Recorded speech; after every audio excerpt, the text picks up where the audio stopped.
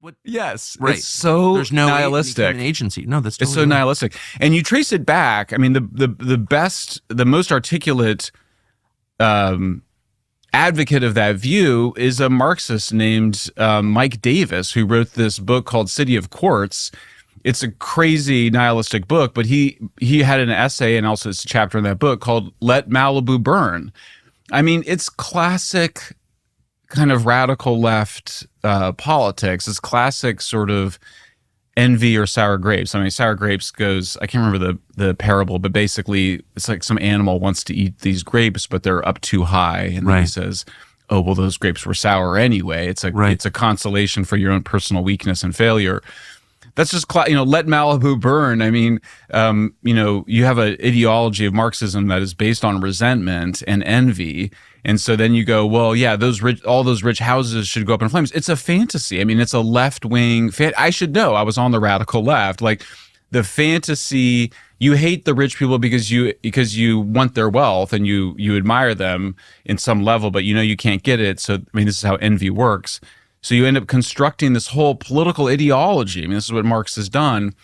And it's infected like the citizenry. I mean, it's infected the politicians. And so there's this, I think that even though it's not consciously, the politicians aren't consciously saying, oh, let's let Malibu burn. That is the behaviors they have taken have had that impact. So I think that what you're seeing in real time in these fires in Los Angeles, these destructive fires, is the manifestation of a nihilistic ideology.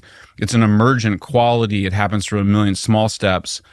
But this heavy focus on left-wing ideology, whether it's DEI or ESG or climate apocalypse or just class resentment, manifests itself in like the most spectacular, beautiful neighborhoods just being turned into ashes and cinders.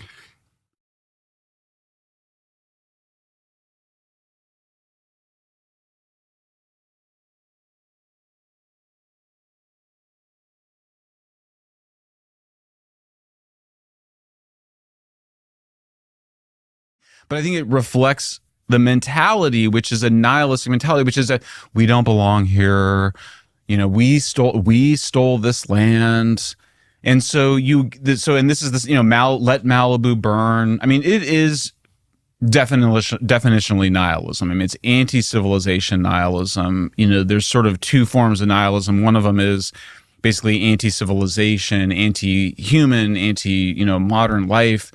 And it stems from this earlier nihilism, which is that life has no meaning. We're just like animals. In the famous Russian novel Fathers and Sons by Turgenev, the nihilistic character dissects a frog and says, Yes. we're just like this frog. Yes. We're just matter. We're just dead matter, just this assemblage. So it's a very dark nihilistic story that then leads to this just nihilistic anti-civilization ideology, which became very fashionable. I mean, City of Quartz, the Mike Davis book, I mean, it was a very fashionable book to read in places like Pacific Palisades and Hollywood and Santa Monica and Venice. So yeah, I think it's I hope it's a wake-up call. I don't know if it will be, but it is a completely preventable disaster. Fires are definitely not completely preventable, but that level of destruction absolutely is. And anybody who says that it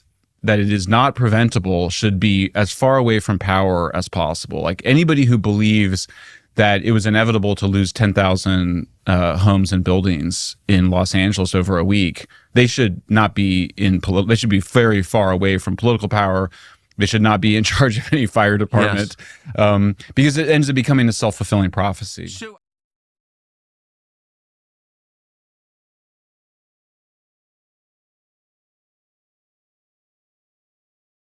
Kind of one of the main ones. The other one is homeless people starting fires all over LA. Half of all fires put out by the LA Fire Department are started by homeless people. It's been that way for years. Why do homeless people start fires? Well, it turns out meth heads love to start fires. There's just every drug has its kind of weird element to it, but meth heads love starting fires. They love destroying things. Like meth is like the drug of nihilism. So it's like perfect drug for LA and California at the moment. So these are not cooking fires.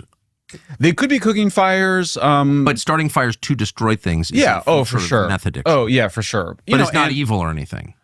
No, totally fine. Yeah, what could go wrong? But isn't classically starting fires and torturing animals, aren't those like signs of sociopathic behavior? Yeah, I mean, for sure. I mean, look, meth makes you makes you psychopathic. It makes you psychotic. It's meth-induced psychosis.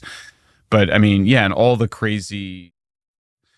So, but that they knew on January 1st, January 2nd, that the fires were coming. Like, it was inevitable that there would be fires. Like, there was like zero doubt among anybody that knows anything about fire in Los Angeles that the fires were coming. The fires were coming. So the governor should have been